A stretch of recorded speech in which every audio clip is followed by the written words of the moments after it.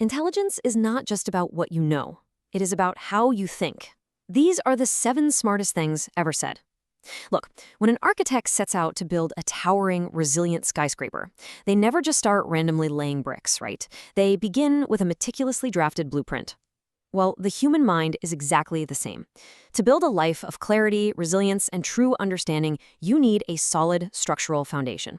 Welcome to This Explainer. Today, we're diving into a minimalist, high-authority framework that I like to call the Wisdom Blueprint.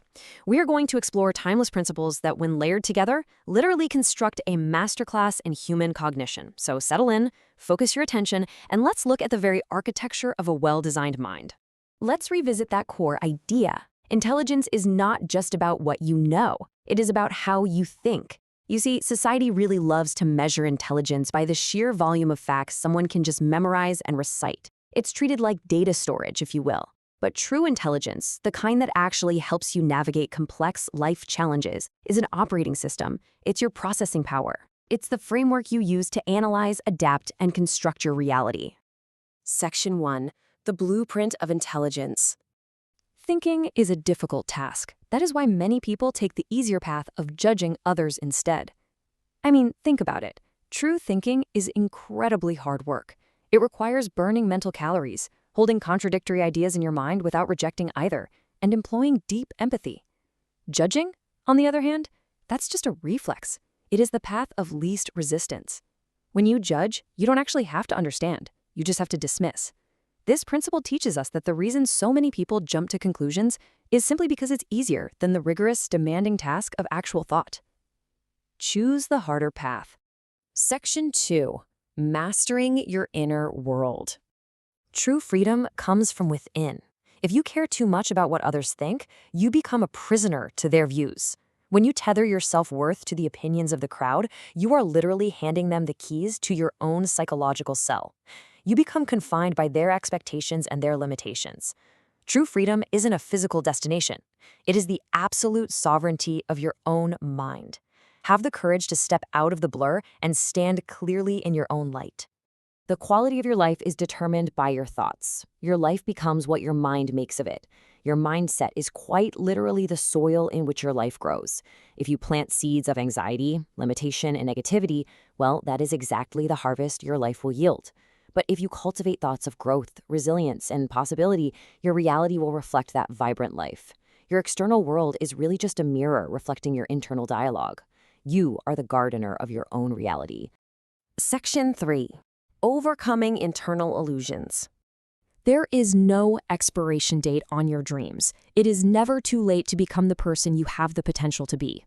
We are so heavily conditioned by society to believe in arbitrary timelines, you know the drill, that you absolutely must achieve certain milestones by age 30, 40, or 50. We view our goals like milk with a printed expiration date. But your potential does not spoil.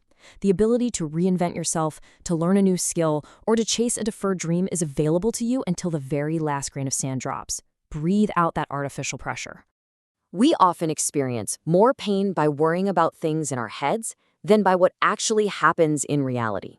We so frequently face these giant, terrifying shadows in our own minds.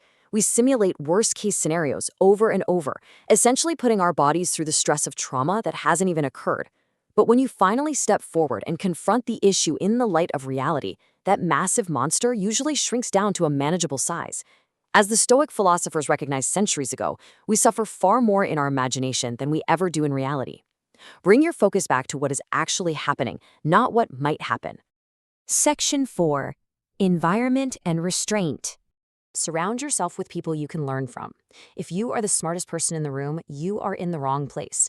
Ego loves being at the top because, well, it's comfortable. But true wisdom requires humility. It requires the bravery to step into a new, larger room, find a higher ladder, and willingly be the student again.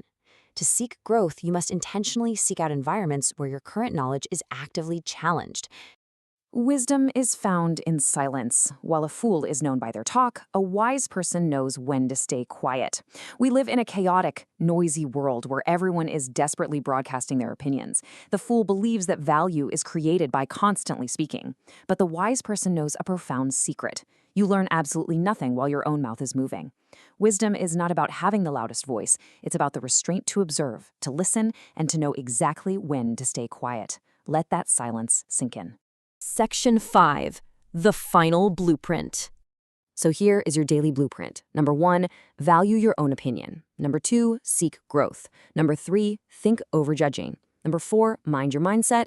Number 5, embrace your potential. Number 6, control your imagination. And number 7, practice silence. This is your ultimate checklist for cognitive excellence.